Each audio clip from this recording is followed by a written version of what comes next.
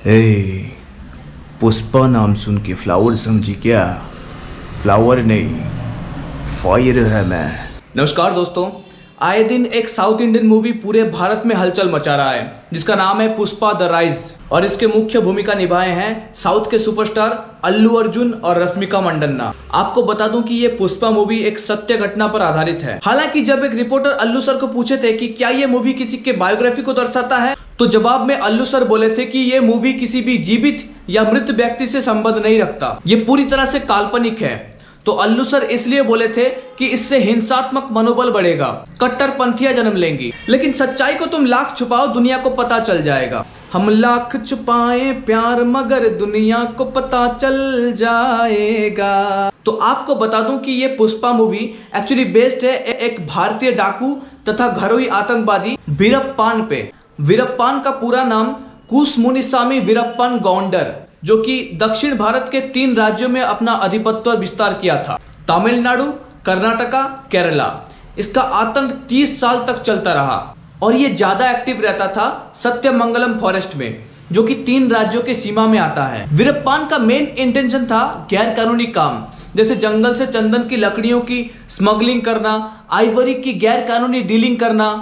वीरप्पान अपने जीवन काल में 10,000 टन की सैंडलवुड की स्मगलिंग की थी, जिसका कीमत तकरीबन 2 अरब रुपए। और आपको बता दूं कि वीरप्पान इसी गैर कानूनी काम के लिए 184 लोग तथा 2000 हाथियों की जान ले ली थी। और इन 184 लोगों में से ज्यादातर पुलिस और वन विभाग के कर्मचारी थे। और तो और वीरप्पान अपने बेटी की ही जान ले ली थी। कहा जाता है कि वीरप्पान आइवरी के लिए हाथियों के सर के बीचों बीच गोली दागते थे। वीरप्पान का जन्म 18 जनवरी 1952 को मैसूर के गोपीनाथम गांव में हुआ था। वीरप्पान के चाचा एक स्मगलर थे, तो बचपन से ही वो जुर्म के दुनिया में कदम रख चुके थे। सैंडलवुड और हाथी दांतों का स्मगलिंग वो बचपन से करते थे, पर भारत सरकार के नजर में तब आए जब वीरप्पान 1987 में चिदम्बरम नाम के एक फॉरेस्ट ऑफिसर को मार गिराया। और यहीं से शुरू होता है वीरप्पान की आतंकी हमले। 1991 में सीनियर IAS ऑफिसर पंडिलपल्ली श्रीनिवास की हत्या कर दी। और पंडिलपल्ली श्रीनिवास एकमात्र शख्स थे जो पहली बार वीरप्पान को अरेस्ट करने में कामयाब थे। फिर भी छूट जाता है वीरप्पान और 1992 में एक और पुलिस फोर्स पे हमला किया, जिसमें सीनियर IPS ऑफिसर हरिकृष्ण मारे गए। पूरा गोपीनाथम गांव वीरप्पान के खौफ से डरे हुए थे। आप सुन के हैरान हो जाएंगे कि वीरप्पान अपने ही एक गांव वाले की हत्या कर दी थी, जिसका सिर्फ और सिर्फ गुनाह था कि वो पुलिस जीप में बैठे थे, क्योंकि वीरप्पान को शक हुआ था कि वो पुलिस के इन्फॉर्मर हो सकते हैं। ऑफिसर हरे कृष्ण के मौत के बाद इन्वेस्टिगेट करने के लिए 9 अप्रैल 1993 में एक टीम गठित होता है, जिसमें पुलिस ऑफिसर और फॉरेस्ट ऑफिसर शामिल थे। और जब वीरप्पान को यह इन्फॉर्मेशन मिला तो वो सड़क में लैंड माइन्स बिछा दिया था, जिसके कारण 22 ऑफिसर्स मारे गए। इस धमाके को पालर ब्लास्ट कहा जाता है। साथ ही साथ ये इंडिविजुअल वीरप्पान से की गई सबसे बड़ी आतंकी हमला था।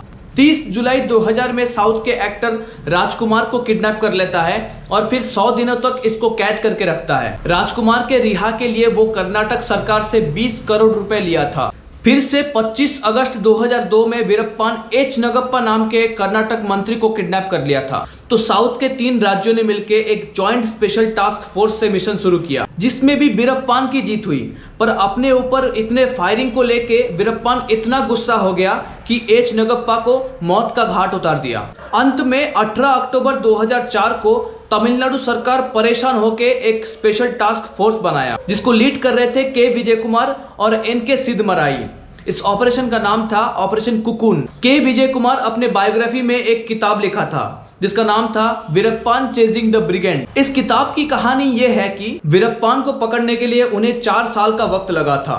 2001 में तमिलनाडु की पूर्व मुख्यमंत्री जयललिता की कॉल आती है और बोला जाता है कि तुम्हें वीरप्पान को पकड़ने के लिए STF का चीफ बनाया जाता है। कहा जाता है कि भारतीय इतिहास में ये एक ऐसा ऑपरेशन था कि एक स्मगलर को पकड़ने के लिए 100 करोड़ रुपए से ज्यादा खर्चा आया था। तो के विजय कुमार 2001 से खुफिया जानकारी लेना शुरू कर दिया वीरप्पान के बारे में और ऐसे में हाथ लगा कि वीरप्पान अपने बातों को पब्लिक तक लाने के लिए वीडियो या ऑडियो का इस्तेमाल करता है। ऐसी ही एक वीडियो विजय कुमार के हाथ लगा, जिसमें वो पता करते हैं कि वीरप्पान के एक आंख में थोड़ी डिस्प्यूट है। तो विजय कुमार ने अंदाजा लगाया कि वीरप्पान कभी ना कभी जंगल से बाहर निकलेगा अपने आंख के इलाज के लिए। और ऐसा ही हुआ। विजय कुमार सत्यमंगलम जंगल से जुड़े सड़कों पर नकली एम्बुलेंस और वार्ड बॉय को तैनात किया, जो कि असल में पुलिस थे। तो ऐसी ही एक एम्बुलेंस में वीरप्पान बैठता है धर्मापुरी जिले के पपिरापट्टी गांव में। एम्बुलेंस कुछ ही दूर गया नहीं कि उसमें मौजूद नकली ड्राइवर ब्रेक मारता है और वीरप्पान को विजय कुमार के हाथ सौंप देता है। विजय कुमार ने वीरप्पान को एक वार्निंग मैसेज दी कि तुम अपने आप को कानून के हवाले कर दो। पर जब वीरप्पान इनके बातों को अनसुना करके भागने वाला था, तब एसटीएफ के टीम से इस बस पे 338 राउंड गोलियां चली गई, पर बस 2 गोली ने काम कर दी। जी हाँ, वीरप्पान को बस 2 गोली लगी थी। ये एनकाउंटर रात के 10:50 पर शुरू हुआ था, पर बस 20 मिनट में वीरप्पान मारा गया। वीरप्पान के मौत के खबर पाके उसके गांव वाले पटाखे फोड़े थे। वीरप्पान की अंतिम संस्कार की गई तमिलनाडु के मुलक्कड़ू गांव में। वीरप्पान की बेटी अब उसके पिता के कर्मों को सुधार रही है। जी हाँ, विद्या वीरप्पान अब बीजेपी में ज्वाइन हुई है। चलिए छोड़िए, जो बाप ने किया उसकी सजा बेटी क्यों भुगतेगी। तहे दिल से शुक्रिया हमें तमिलनाडु सरकार की, जो एक आतंकवादी के बेटी को सारे अधिकार दिए। तो ये था वीरप्पान तथा पुष्पा मूवी की कहानी। तो अल्लू अर्जुन जो कह रहे थे एक इंटरव्यू में कि ये किसी भी मृत या जीवित व्यक्ति से संबंध नहीं रखता, तो उसका सबूत है मूंछ। जी हाँ, वीरप्पान मूंछ रखा करता था। तो उम्मीद है कि आप वीरप्पान के बारे में समझ चुके हैं। मिलते हैं नेक्स्ट वीडियो में, तब तक सतर्क रहें, आबाद रहें। जय हिंद।